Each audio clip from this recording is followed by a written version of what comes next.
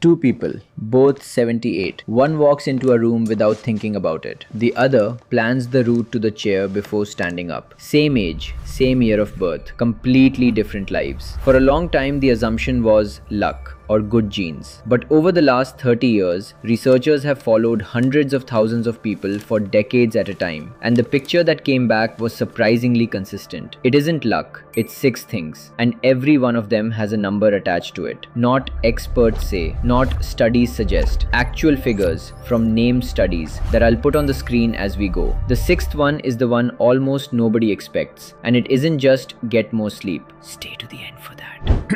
Before we start, one thing worth saying plainly. None of these 6 require money. No supplement, no equipment, no clinic, no subscription. That matters because most of what gets sold as healthy aging is exactly those things. What the research keeps finding instead is far more ordinary. How far you walk, what's on your plate, whether you're using your mind, whether your muscles get used, whether you speak to anyone, and how you sleep. 6 habits, each one measured in real people over real years. Habit 1, walking. And the number here is better than most people expect. A meta-analysis in the European Journal of Preventive Cardiology pooled 17 studies covering almost 227,000 people. Every extra 1,000 steps a day was linked to a 15% lower risk of dying from any cause. 1,000 steps is about 10 minutes.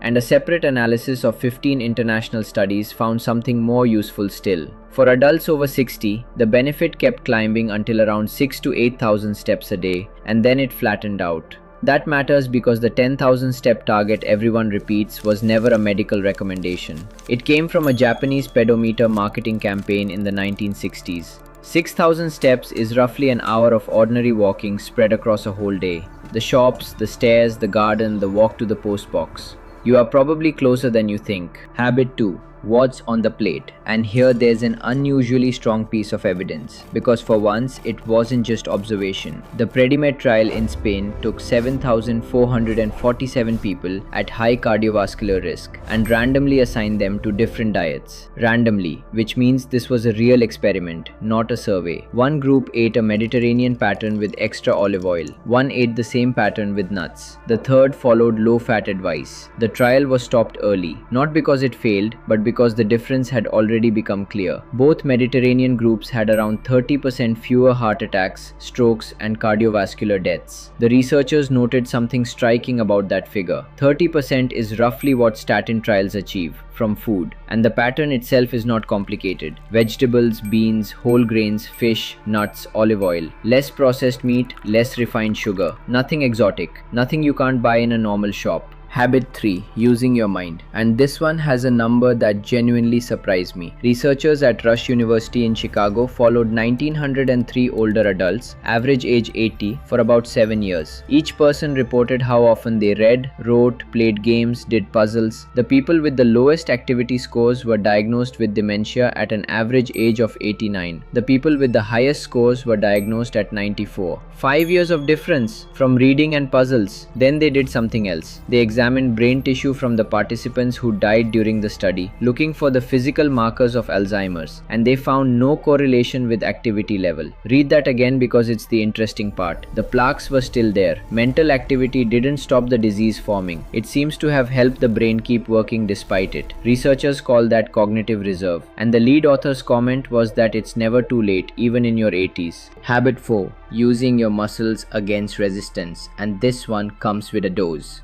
A meta-analysis in the British Journal of Sports Medicine pooled 16 studies covering more than 260,000 people and asked a simple question: how much strength work do you actually need? The answer was 30 to 60 minutes a week. Not a day, a week. At that dose, risk of death from any cause dropped by 10 to 20%, along with cardiovascular disease, diabetes, and cancer. And here's the part that surprises people. Beyond about an hour a week, the curve turned. More was not better. This is also completely independent of walking. When researchers looked at people doing both strength work and aerobic activity, the effects added together. 30 minutes a week is 2 15-minute sessions. Standing up from a chair without using your hands. Carrying the shopping in your hands rather than over your shoulder. A resistance band while the kettle boils. Habit 5. And this is the one people dismiss fastest, right up until they see the number. Researchers at Brigham Young University pooled 148 studies covering 308,000 people, followed for an average of 7.5 years. People with strong social connections had a 50% higher likelihood of survival than people without them. 50% from knowing people.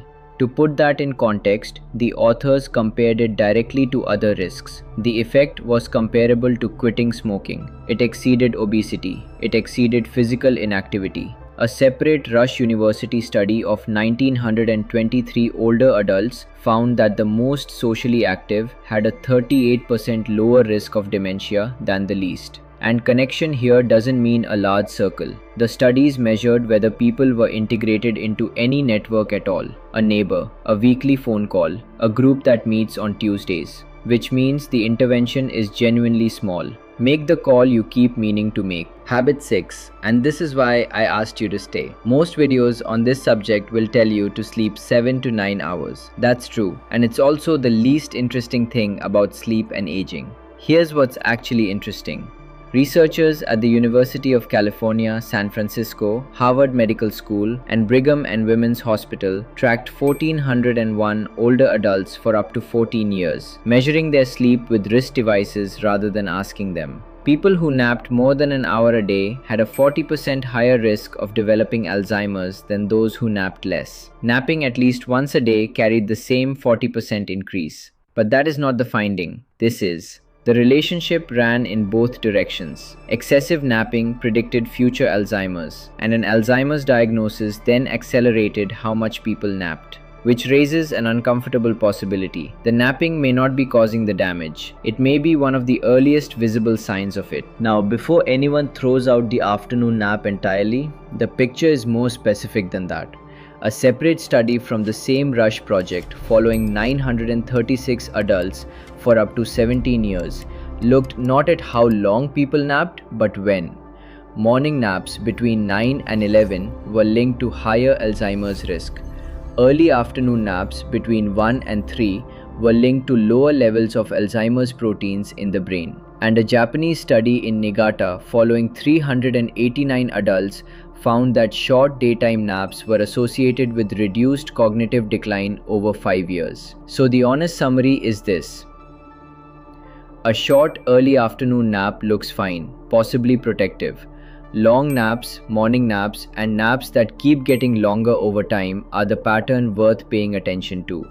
Not because the nap is the enemy, because a changing sleep pattern may be information your body is giving you. So there they are, 6 habits and the numbers behind each one. 1,000 extra steps, 15%. 6,000 a day is the target that matters, not 10. A Mediterranean plate, 30% fewer cardiovascular events in a randomized trial matching what statins achieve. Reading and puzzles, 5 years of delay even with the plaque still forming. 30 minutes a week of resistance, 10 to 20% and more is not better. Knowing people, 50% higher survival, stronger than obesity or inactivity. And sleep, where the pattern of your napping may be telling you something long before anything else does. Not one of those costs anything. And notice what none of them are. There's no supplement on that list, no device, no test, no clinic. The entire evidence base points at things you can start this afternoon for free. Every study I mentioned is named in the description, so you can check any of it yourself. That's the point of this channel. Subscribe if that's what you're after.